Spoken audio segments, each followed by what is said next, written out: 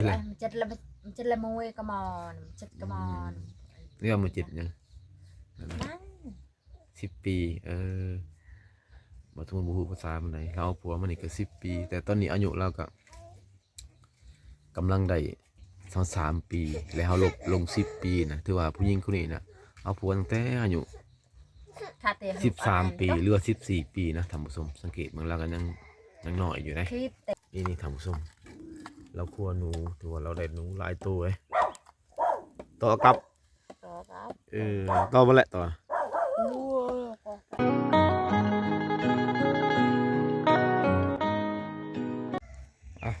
สบายดีทุกคนสบายดีFCมื้อนี้บอสทุนก็เดินทางมาฮอดหมู่บ้านชนบทแล้วนะหมู่บ้านชนบทบ้านหนึ่งที่ว่าอยู่ในแคมทางที่จะเดินทางเข้าเวียดนามหมู่บ้านนี้ก็หมู่บ้านน้อยๆแปะกับภูเขาเด้อท่านผู้ชมบอสบุตรจะพาท่านผู้ชมเลาะย่างเบิ่งบ้านชนบทเด้ออันนี้ก็เป็นบรรยากาศยามเช้าตอนเช้าถือว่าน้ำหมอกยังตกอยู่ท่านผู้ชมเลยนอกจากน้ำหมอกตกแล้วอากาศก็ยังเย็นในอุณหภูมิ13 องศามื้อนี้ตอนเช้ามื้อนี้มันอยู่เป็นหมู่บ้านที่ว่าใกล้กับเวียดนามเนี่ยอุณหภูมิก็ลดลง13 องศาเซมื้อนี้เด้อท่านผู้ชมเลยบ้านน้อยบ้านนี้ก็ห่างจากเวียดนามมากครับประมาณอยู่2 กิโลเมตรนะท่านผู้ชมบรรยากาศตอนเช้าช่วงนี้ก็7 โมงสิเข้า8 โมงนะท่านผู้ชมเป็นหมู่บ้านที่แปะสันภูทางหลังสันภูทางหน้าก็เป็นสันภูคือกันท่านผู้ชมหินแต่มันหินมันว่าเก่าแก่ประมาณที่ได้อยู่100 หรือ 200 ปีก็ได้ท่านผู้ชมหินตัวนี้นะมันเจือมาจากภูนี่ท่านผู้ชมเลยหินใหญ่ที่สุดได้หินอยู่ได้มากใหญ่เลยใหญ่เบ้อเลยมันตั้งอยู่กลางบ้านเลยท่านผู้ชมนี่เห็นไหมหินมันไหลมาจากภูตัวนั้นนะมันกิ่งมาแล้วก็เจ้ากะบดเอาไปใส่ปะอยู่บ้านคือเก่าบนจะกลางของบ้านเลยบรรยากาศน่าจะเศร้าเพิ่นกำลังลุกหนึ่งเขานะแล้วก็สิพาท่านผู้ชมก็เบิ่งบรรยากาศอยู่ที่เรือนของหมู่บ้านชนบท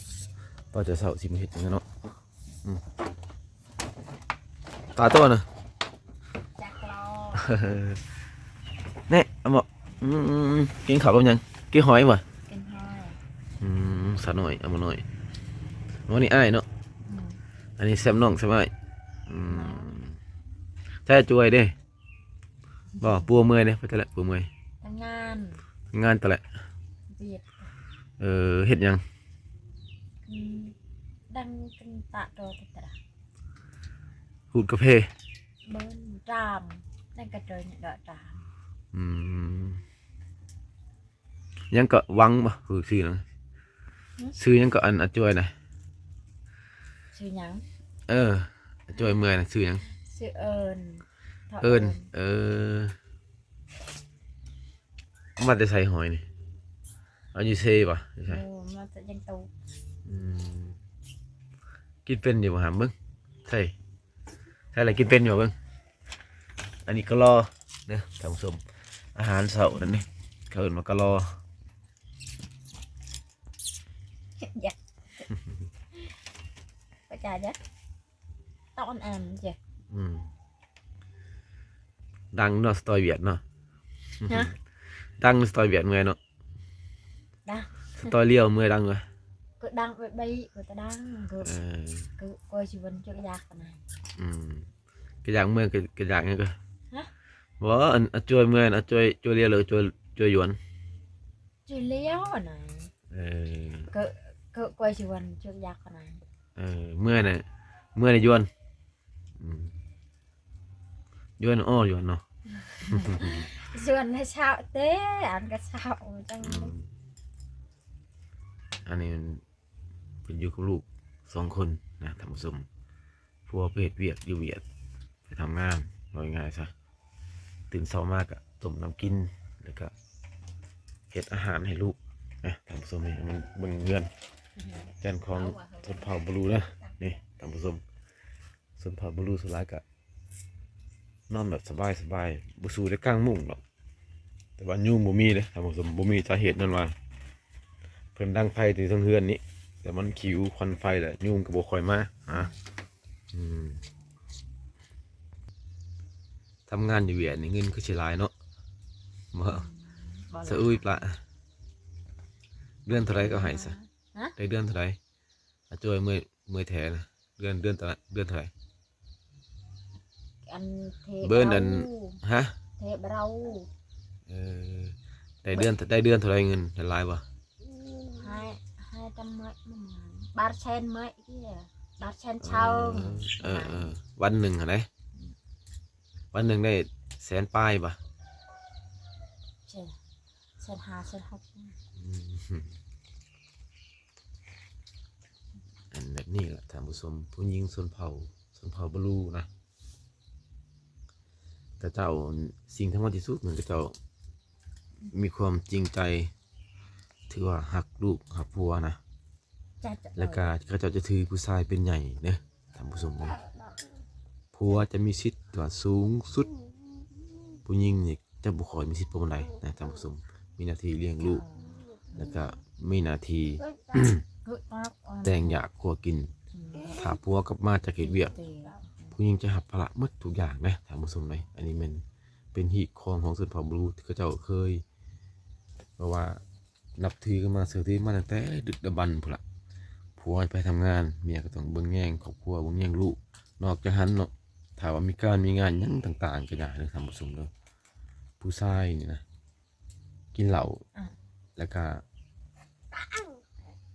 อยู่แบบสบายๆนะผู้หญิงจะหับภาระแต่ว่าหับแขกหับคนต่างผัวนะท่านผู้ชม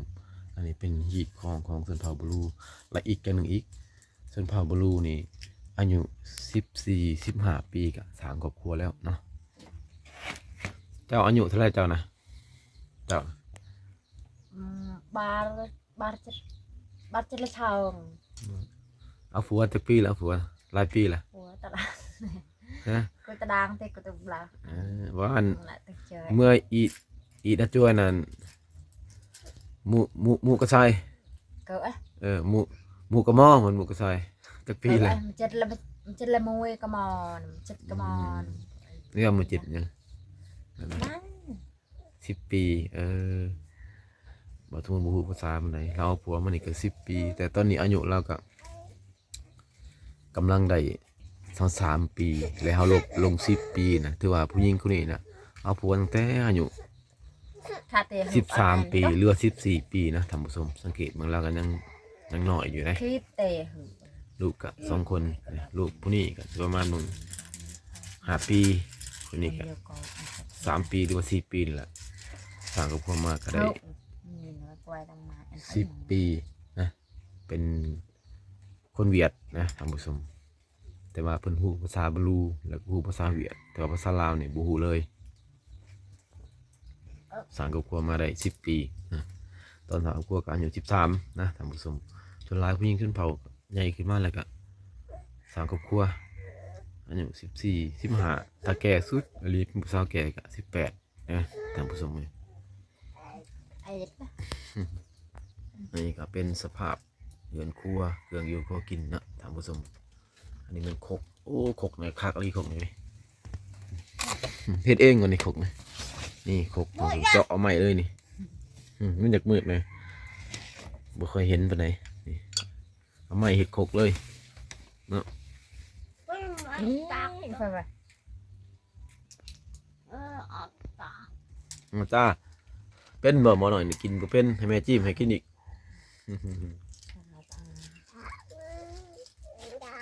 ก็จะอยู่แบบจากลำบากเนี่ยได้ท่านผู้ชมถึงว่าลำบากแต่ว่าเขาอยู่แบบมีความสุขบริแข่งขันกับเศรษฐกิจบริแข่งขันกับการตลาดอยู่แบบนี้ก็เอกสุขอีกแบบเลยท่านผู้ชมเลยเอาไปก่อนเด้อบัดนี้เด้อขอบใจกำเมินเด้อ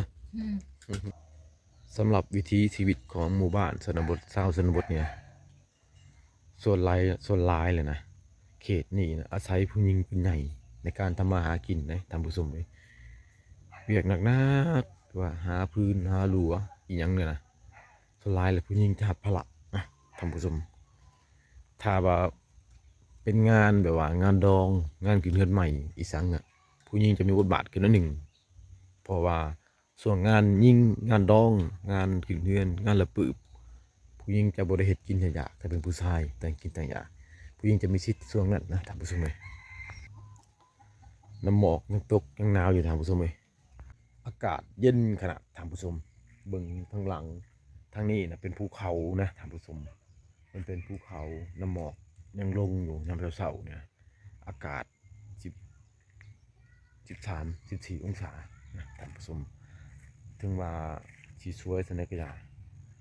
ประมาณ9 โมงหรือ10 โมงพุ่นแหละตะเว้นขึ้นอุณหภูมิจะเพิ่มขึ้นหน่อยหนึงนะท่านผู้ชมเอารถสมมุติจะพาท่านผู้ชมย่างไปอีกข้างหน้าเบิ่งวิวบรรยากาศท้องถิ่นชนบทกันนะท่านผู้ชมการตั้งบ้านตั้งเรือนของชนเผ่านี่ก็ทุนหลายก็ตั้งอยู่แคมป์สันภูเขื่อนหลังนี้ก็ขุดเอาท่านผู้ชมเป็นดินภูขุดให้มันเพียงแล้วก็ตั้งเรือนใส่ได้เนาะเรือนหลังนี้นะตั้งขึ้นโดยภูมิปัญญาวิธีชาวบ้านเฮ็ดเองพาไม่เหี้ยมุงสังกะสีบางหลังคาอาจจะมุงด้วยใบข้อนะแต่ว่าบางหลังนี้ก็วิธีหน่อยหนึงนะท่านผู้ชมทั่วได้มุงสังกะสีมาทางนี้ก็เป็นหน้าผาท่านผู้ชมเว้ยถือว่าเป็นหมู่บ้านที่ตั้งอยู่กับเขตภูสันภูตีนภูนะท่านผู้ชมแสงแดดก็กำลังขึ้นนะท่านผู้ชมเนาะแสงแดดส่องสอดหน้าผามาครั้งนี้แต่ว่าครั้งนี้นั้นบ่ทันเห็นแสงแดดเพราะว่าภูโน่นนี่มันบังแสงแดดนะท่านผู้ชมเว้ยบันชวนช่วยแสงแดดลึเนาะแสงแดดเนาะอาชีพส่วนหลายกะช่วงนี้กะ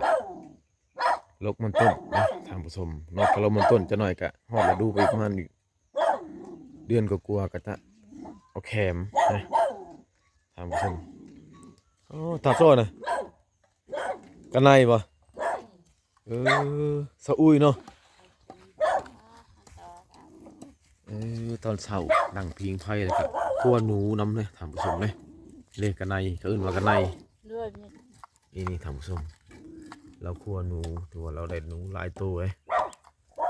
ต่อกับต่อมาแหละต่อเราไปใส่กับหนูประเภทตีนภูเท่านี้แหละแต่ละมือนะถ้าเฮาบุเอามันก็ไปใส่กับพอดีกินแต่ท่านผู้ชมบรุษมือ1 5 โต 6 โตนะกันในหรือว่าหนูนะแบบนี้ล่ะอาหารชนบทท่านผู้ชมหาได้ก็กินหาบ่ได้ก็กินผักกินหญ้ามื้อนี้เราก็ได้หนูหลายโตเลยไปใส่กลับนะท่านผู้ชมใส่กับหนูประมาณ15 หลังได้หนู7-8 โตก็ถือว่าหลายนะท่านผู้ชมเลย